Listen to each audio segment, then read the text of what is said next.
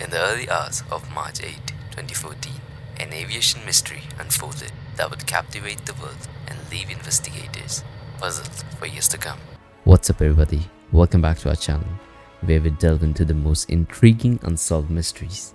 Today, we explore the baffling case of Malaysian Airlines Flight 370, a Boeing 777 that vanished from the skies without a trace. Delivery Malaysia 370, good morning.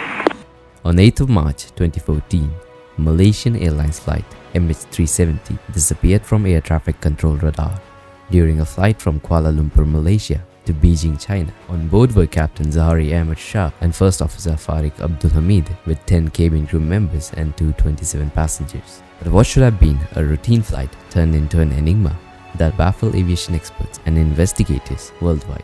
42 minutes midnight, Flight 370 was given clearance to depart.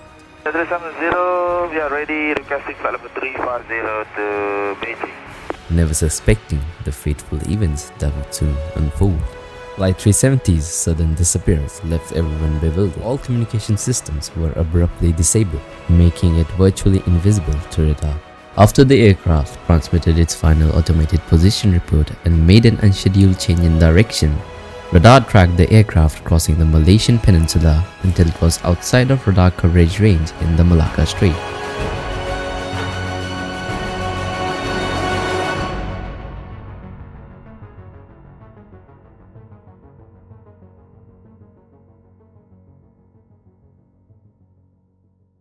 Based on contact the aircraft had with a satellite ground station, it was discovered that MH370 continued to fly for approximately 6 hours after it flew beyond the range of radar. But what could cause such a catastrophic chain of events? One theory suggests a deliberate act by someone on board.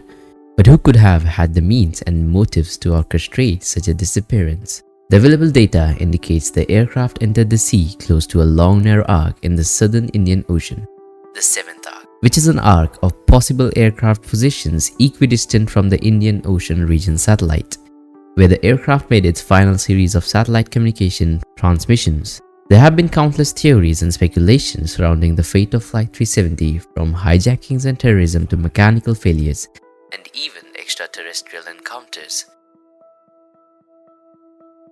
As investigators dug deeper, they uncovered a complex web of clues and inconsistencies. Some believe the plane was intentionally flown off course, leading to vast search areas in the Indian Ocean. Initially, the search efforts for the missing Flight 370 concentrated on the regions flanking the Malaysian peninsula, specifically to South China Sea and the Andaman Sea. However, after analyzing the data from satellite communications, the search was redirected to the southern Indian Ocean, and the Australian Maritime Safety Authority, also called the AMSA, took charge of the operation.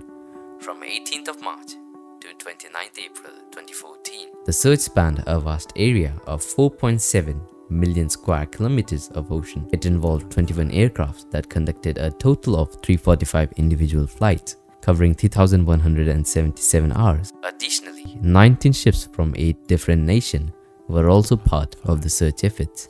An autonomous underwater vehicle was deployed to scour over 850 square kilometers of seafloor. On March 17, the Australian Maritime Safety Authority took over coordination of the search in the southern corridor after discussions between Prime Minister Tony Abbott and Malaysian Prime Minister Najib Tun Razak. AMSA assumed responsibility for the search and rescue region in Australia. The following day, on March 18, a search was conducted in an area spanning over 600,000 square kilometers. By March 19, the search area had expanded to the size of New South Wales, indicating the vast scope of the operation. On March 20, satellites detected objects that were potentially related to the search. AMSA's RCC received commercial satellite imagery which the Australian Geospatial Intelligence Organisation deemed credible. However, it was uncertain if these objects were connected to the missing aircraft. The weather conditions improved on March 21, leading to better visibility for the ongoing search efforts. The weather was described as fair, aiding the search operations. Chinese satellites spotted objects in the designated search area on March 22, providing further potential leads. By March 23, the search area had been divided into 2 regions within close proximity. These areas covered a combined area of 59,000 square kilometers. On March 24th, the Malaysian Prime Minister declared that MS-370 has ended in the southern Indian Ocean. Flight MH370 ended in the southern Indian Ocean, indicating a shift in the focus of the search efforts. Poor weather conditions halted the search on March 25 and the operations were suspended early. A total of 6 countries, including Australia, New Zealand, the United States, Japan, China, and the Republic of Korea, were involved in the search and recovery operation as of March 26th. On March 27, the search efforts were once again hampered by bad weather, further complicating the mission. Objects were spotted from the air on March 28, leading to a shift of the search area approximately 1100 kilometers to the northeast, based on updated advice from the International Investigation Team in Malaysia. On March 29, the search covered a total area of 252,000 square kilometers. While the weather conditions were reasonable, visibility was reduced due to rain showers. However, the object sighted the previous day turned out to be unrelated to MS-370. 9 aircrafts and 8 ships were involved in the search on March 30. The search area spanned 319,000 square kilometers and was located 1850 kilometers west of Perth. On March 31st, the Joint Agency Coordination Center became operational, taking the charge of coordinating the Australian government support for the search.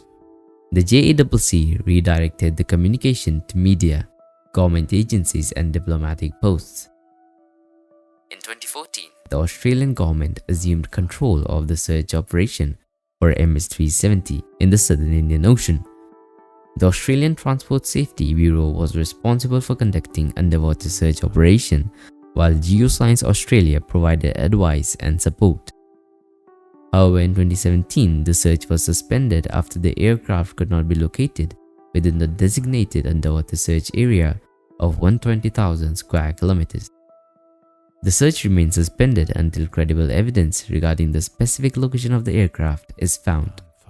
The underwater search involved conducting a bathymetric survey and using side scan and multibeam sonar equipment on towed and autonomous underwater vehicle to map the seafloor with high resolution. This search took place in a remote area of the southern Indian Ocean, approximately 2,000 kilometers from Perth. It is important to note that a significant portion of the world's deep oceans remain unexplored, with only 10 to 15% having been discovered. While some theories may seem far-fetched, we can't dismiss anything until we have all the facts. The disappearance of Flight 370 continues to haunt us, demanding answers. Despite every effort using the best science available, cutting-edge technology as well as modeling, and advice from highly skilled professionals who are the best in their field, unfortunately, the search had not been able to locate the aircraft. Accordingly, the underwater search for MS-370 has been suspended. So what happened to Flight 370? Who or what is responsible? And will the truth ever come to light? Join us in the next episode as we delve deeper into the investigation, examining new leads and untangling the webs. Thank you.